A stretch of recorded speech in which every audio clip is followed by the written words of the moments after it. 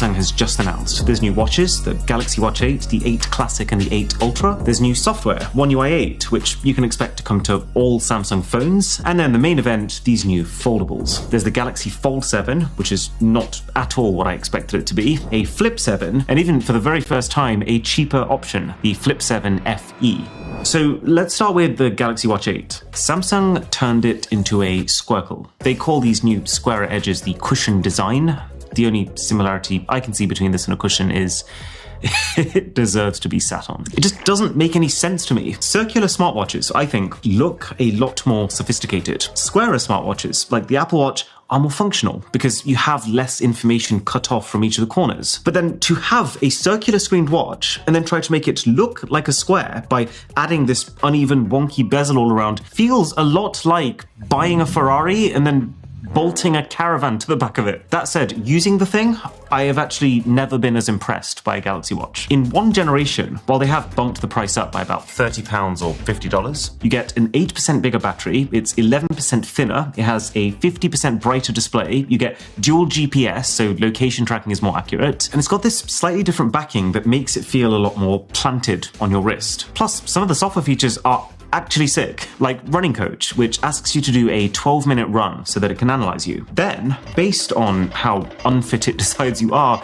it'll make you a plan so that one run at a time, you can work your way towards whatever you've set as your desired goal. And then, while running, it will actually tell you when you're doing well or when you're behind and you need to catch up. But also, there's a bunch of new things that the watch can measure while you're sleeping, like the load on your heart from stress, alongside things like skin temperature and room temperature. But the really important thing about this that I like is that it's not just, here's another random extra thing for you to keep track of. We have enough of those in our lives. This watch does most of that tracking in the background and then just factors in this extra information when making actually useful recommendations, like tonight you should probably get to bed at 11 p.m. And it's all topped off with a newer, slightly slicker operating system that now has the Now bar baked in too, and Gemini on your watch, which is a little bit slow to use since it's kind of like two layers of communication. Your watch has to go to your phone, and then Samsung has just announced. There's new watches, the Galaxy Watch 8, the 8 Classic and the 8 Ultra. There's new software, One UI 8, which you can expect to come to all Samsung phones. And then the main event, these new foldables. There's the Galaxy Fold 7, which is not at all what I expected it to be, a Flip 7, and even for the very first time, a cheaper option, the Flip 7 FE. So let's start with the Galaxy Watch 8. Samsung turned it into a squircle. They call these new squarer edges the cushion design. The only similarity I can see between this and a cushion is it deserves to be sat on. It just doesn't make any sense to me. Circular smartwatches, I think, look a lot more sophisticated. Squarer smartwatches, like the Apple Watch, are more functional because you have less information cut off from each of the corners. But then to have a circular screened watch and then try to make it look like a square by adding this uneven, wonky bezel all around feels a lot like buying a Ferrari and then bolting a Caravan to the back of it. That said, using the thing, I have actually never been as impressed by a Galaxy Watch. In one generation, while they have bumped the price up by about £30 or $50, you get an 8% bigger battery, it's 11% thinner, it has a 50% brighter display, you get dual GPS, so location tracking is more accurate, and it's got this slightly different backing that makes it feel a lot more planted on your wrist. Plus, some of the software features are actually sick, like Running Coach, which asks you to do a 12-minute run so that it can analyze you. Then, based on how unfit it decides you are, it'll make you a plan so that one run at a time, you can work your way towards whatever you've set as your desired goal. And then, while running, it will actually tell you when you're doing well or when you're behind and you need to catch up. But also, there's a bunch of new things that the watch can measure while you're sleeping, like the load on your heart from stress, alongside things like skin temperature and room temperature. But the really important thing about this that I like is that it's not just, here's another random extra thing for you to keep track of. We have enough of those in our lives. This watch does most of that tracking in the background and then just factors in this extra information when making actually useful recommendations, like tonight you should probably get to bed at 11 p.m. And it's all topped off with a newer, slightly slicker operating system that now has the Now bar baked in too, and Gemini on your watch, which is a little bit slow to use since it's kind of like two layers of communication. Your watch has to go to your phone and then back to your watch again, but better than nothing. And then the Watch 8 Classic is basically the exact same story, same squircle, same features, but just with this classier, much heavier metal casing. The only extra functionality you get is the rotating bezel, which, to be fair, is actually a big deal. I'd say if you haven't tried it yet, I think you should before buying a base Galaxy Watch, because it is addictively satisfying to use. And then finally, the new Galaxy Watch Ultra, which is it's actually like an ultra minor update. I would barely even call this a new watch. It's just a little bit of extra storage, starting at 64 gigs now, and this new titanium blue color. But since the other two watches have now suddenly had such a substantial upgrade, the appeal of the Watch Ultra, to me at least, has kind of vanished. Feels like it doesn't really make sense unless you absolutely need this military-grade protected body. But overall then, it's a pretty good year for Samsung watches. So, what about the phones? Well, the first one that I went hands-on with is the Z Fold 7. And I want to preface this by saying this had to be something special, because cards on the table, Samsung foldables have been losing their lead over the last few years, with me even having to take the Best Foldable Phone award away from Samsung last year and give it to Honor. Because frankly, Honor's phone was so much thinner, had a bigger battery, bigger screen, less noticeable crease. The list goes on for a long time. So if Samsung was going to come here today and give us another year of, here's a 5% better camera and a 5% better hinge, I was ready to riot, especially considering that this new Z Fold 7 is now $2,000, so a further $100 more than even last year. Thankfully, Samsung kind of cooked here. So the most obvious thing you're going to notice when you first pick it up is the Z Fold 7 is 26% thinner than last gen. Can you remember the last time that a phone just randomly got 26% thinner than its predecessor? I don't, and it feels like an even bigger change than it sounds like. So much so that this one phone takes Samsung from having basically the chunkiest foldable on the market to having basically the slimmest. And it's thin enough that this folding phone, at 8.9mm when folded, is almost exactly the same thickness as most bar phones, and the same weight too. It's actually lighter than my iPhone 16 Pro Max at 215 grams compared to 227. Now the second thing that you'll notice straight after that is it's also a tiny bit taller and quite a lot wider than last year's Fold 6, which is great because it actually fixes quite a few different problems all in one go. Firstly, it improves the aspect ratio on the front. It moves the phone even further away from that TV remote-like narrow experience and even closer to just normal phone territory, with a wide enough keyboard that I'm not making any spelling mistakes on this thing now. Second, it makes the inner screen now 8 inches compared to 7.6 on the Fold 6. And the way I see it, the bigger your inner screen is, the easier it is to justify carrying a foldable versus a normal bar phone, because it's like one of the only things it has going for it, and you have to put up with so many other compromises if you're going to do so. And then finally, the extra footprint is the only reason that Samsung can still keep the same sized battery as they had last gen, even with the substantial cut to thickness. Although I'm going to come back to the battery because I'm not done yet talking about the design improvements. So the ultra thin glass that you have over the inner screen is now 50% thicker. So does that make it just glass?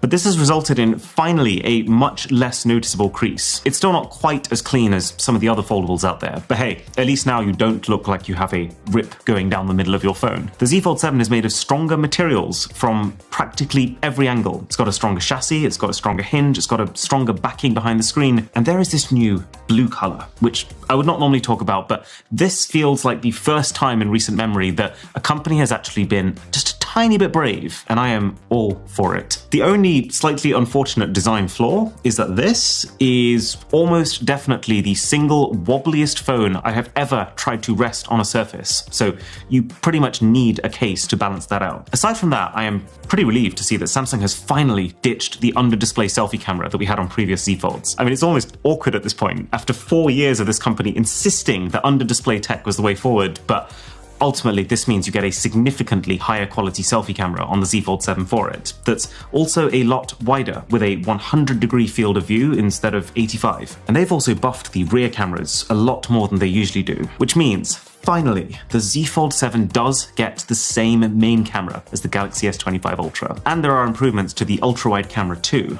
But also, just want to make this super clear, this is still not an ultra-level camera setup. If you're the kind of person who is looking for the best, then you need to know here that everything is still a tiny bit compromised. Like, you're not going to get any laser autofocus. You're not going to get close to the zoom capabilities of the Ultraphone. And because they've also had to compress the camera module so it's not bulging out as much, you get smaller lenses here that are a bit less sharp around the edges. It's good to see, and also very unsurprising to see, that Samsung's fitted this with the latest top-end Snapdragon 8 Elite chip, and there's a couple of new software features, but they are, I would say, extremely minor. Like, you know the Now bar that you get on your lock screen? Well, that now works with a few more apps. So it can now tell you, for example, how long your Uber's going to be. Audio Eraser has an automatic option, which lets the phone decide which background noises to remove or reduce for you. And there's some improvements to multitasking, being able to drag things between apps better and so on. It's actually such a minor software update that probably the best new software feature is one that you'll be able to get on pretty much every phone anyway. The ability to share your screen with the Gemini AI. So it can talk to you while having the full context of what you're looking at. Okay, I see the object. It looks like a brown leather chair with black metal legs. Not unique to this phone, but very, very cool to use. Anyways, hopefully you've watched enough of our videos at this point to know that this is coming, but I do have some bones to pick with this phone. While I'm glad to see that at least the battery size has been maintained at 4,400 mAh, it does also feel like about time we saw an increase, given that most competing phones are now using more efficient silicon carbon batteries, and some of them have even hit 6,000 mAh plus. Oh yeah, and also S Pen support is completely gone.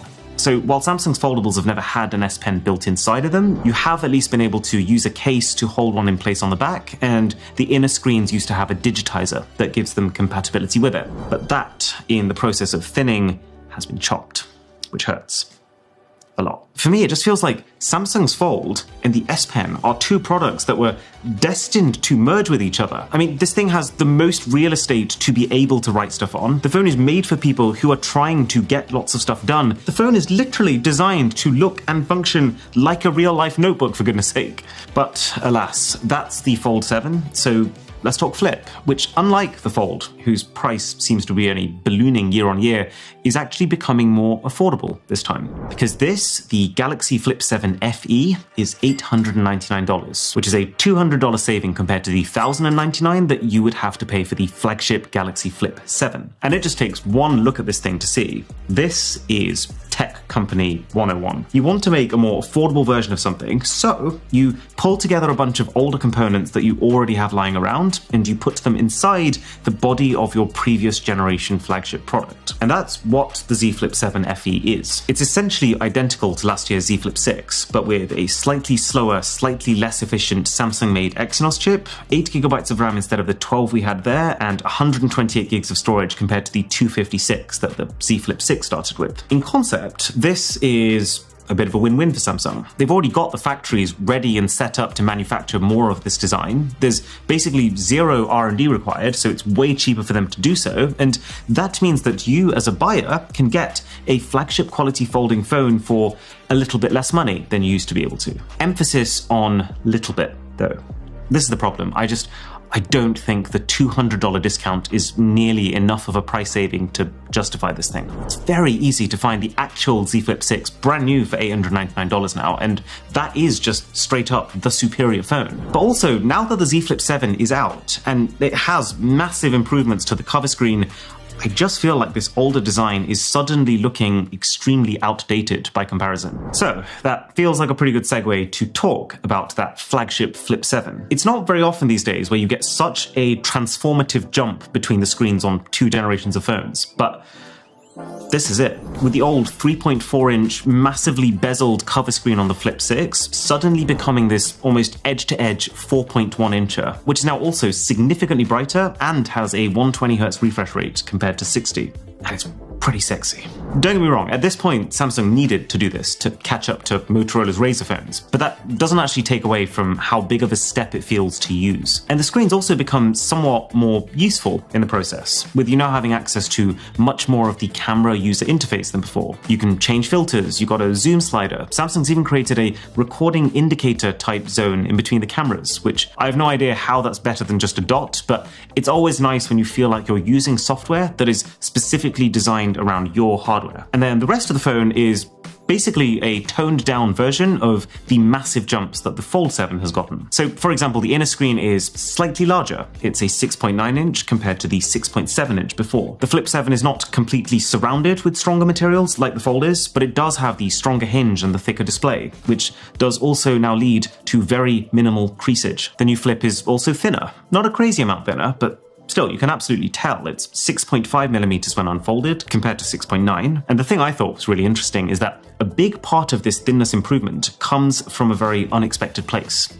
Waterproofing. There used to be a water sealant layer that went all around the screen's edges, but this time round, by actually making sure the circuit board on the inside itself is water resistant, they can just cut that layer. This phone also has the new Gemini live screen sharing features, and I gotta say, Samsung has done a pretty good job making them fit nicely and work smoothly on the cover screen. And then there's basically just a couple of nice to have extra sprinkles, like a 4,300 mAh battery versus 4,000 last year. But you will probably burn through that extra with the larger front screen that you now have to power. This is the first flip phone to support Samsung DeX, so you can plug it into a monitor and use it as a desktop. And as usual with the Flip, there's also a couple of extra customization bits, like a new stretched font and interactive emojis that you can now choose yourself to embed onto your lock screen. Yeah, it's getting pretty strange. And that is the Flip 7. I'd say a good, but not spectacular update, considering that it's staying the same price. So, while we have a quick test of our Z Fold 7's new 200 megapixel camera, here's something about me. There are only 3 TV shows I've ever seen that I would genuinely myself consider a 10. There's You, there's Game of Thrones, and White Lotus. So you can probably imagine my pain after a very long day of travel to another country, where you're so jet lagged and all you